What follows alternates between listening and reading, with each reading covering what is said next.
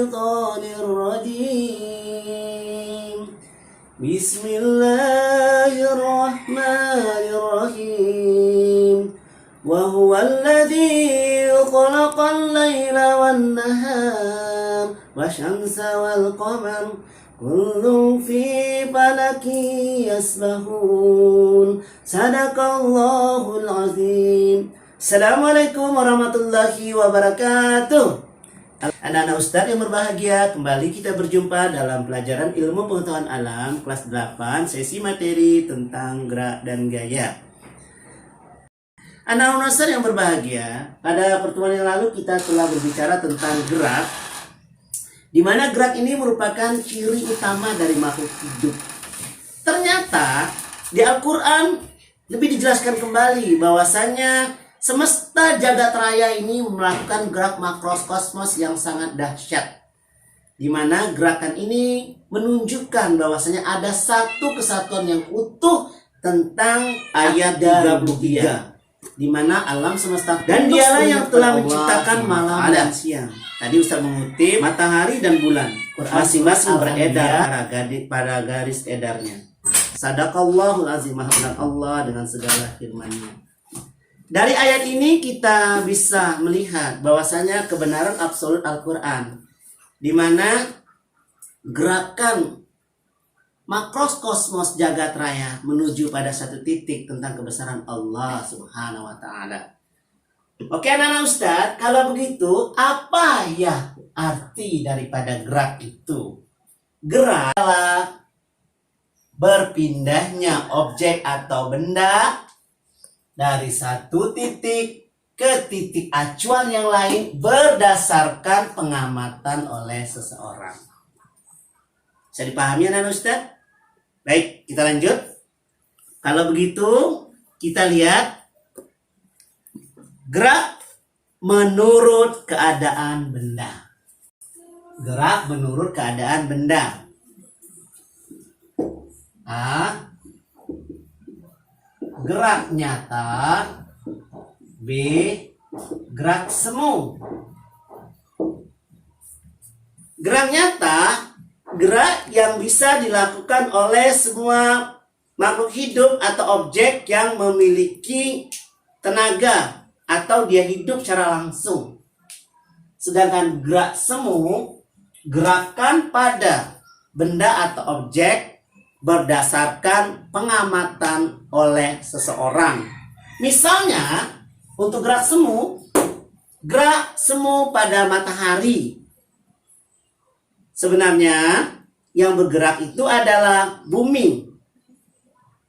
Tetapi kenapa seolah-olah bergerak? Karena diamati oleh manusia sehingga terjadilah proses siang dan malam. Dan ini yang Ustadz singgung tadi tentang gerak makrokosmos jagat raya. Sehingga siang tidak mendahului malam, malam tidak mendahului siang. Oke, kita lanjut. 2. Gerak menurut lintasan. Akibat satu objek berpindah dari satu titik ke titik yang lain, maka ada lintasan yang dilalui oleh objek itu. Maka akan ada 3 yang terjadi. 1. Gerak lurus. 2. Gerak melingkar. 3. Gerak parabola. Nah sekarang kita lihat gerak lurus. Karena ini paling gampang mengamatinya tentang gerak lurus, ya. Misalnya kita main bola, ya. Gerak lurus itu bisa dibagi menjadi 2. Apa yang paling membedakan antara gerak lurus beraturan GLB dengan gerak lurus berubah beraturan? Katanya, kalau gerak lurus beraturan, karena dia lurus, maka dia hanya mengalami kecepatannya tetap, lintasannya lurus, ya.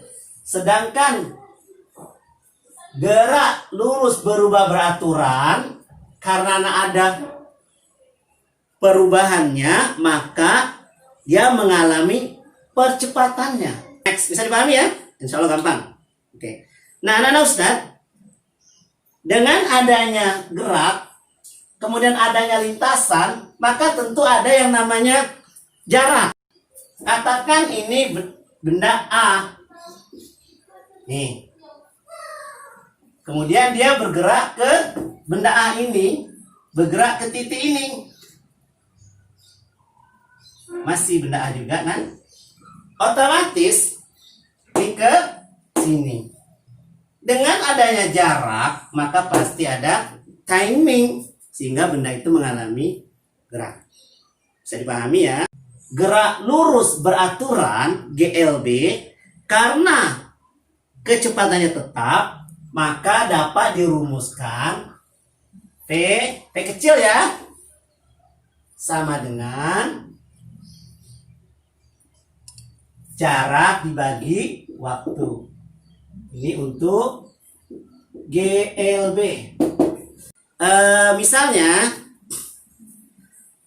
Ali mengendarai mobilnya dengan kecepatan 40 km per jam. Berapakah jarak yang dapat ditempuh oleh Ali?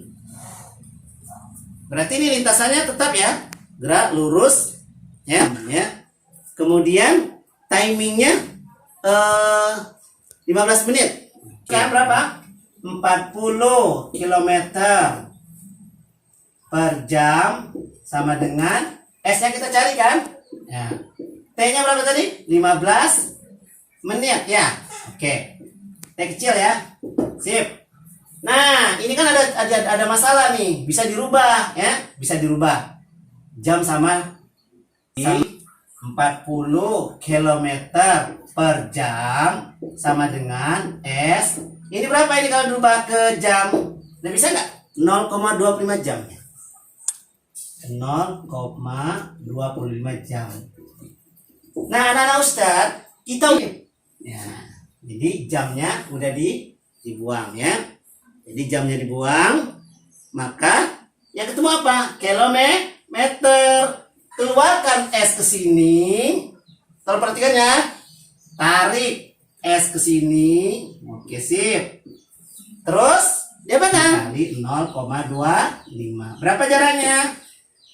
Oh, gampang. Ini 0,25 ini 40. 10 km ya kalau nggak salah. Cukup sampai di sini pertemuan kita. Ustaz berharap tetap semangat belajar ya. Nanti jangan lupa juga insya Allah ada soal tambahan atau juga soal-soal di buku, tolong dikerjakan dengan baik. Karena prinsip dasar belajar adalah untuk anak-anak Ustaz sendiri ya. Jadi jadilah pembelajar sejati yang selalu penasaran dengan hal-hal baru. Dan tolong dikaitkan dengan keislaman kita sebagai seorang muslim. Terima kasih. Banyak maaf dari Ustaz. Kita akhiri dengan doa penutup. Assalamualaikum warahmatullahi wabarakatuh.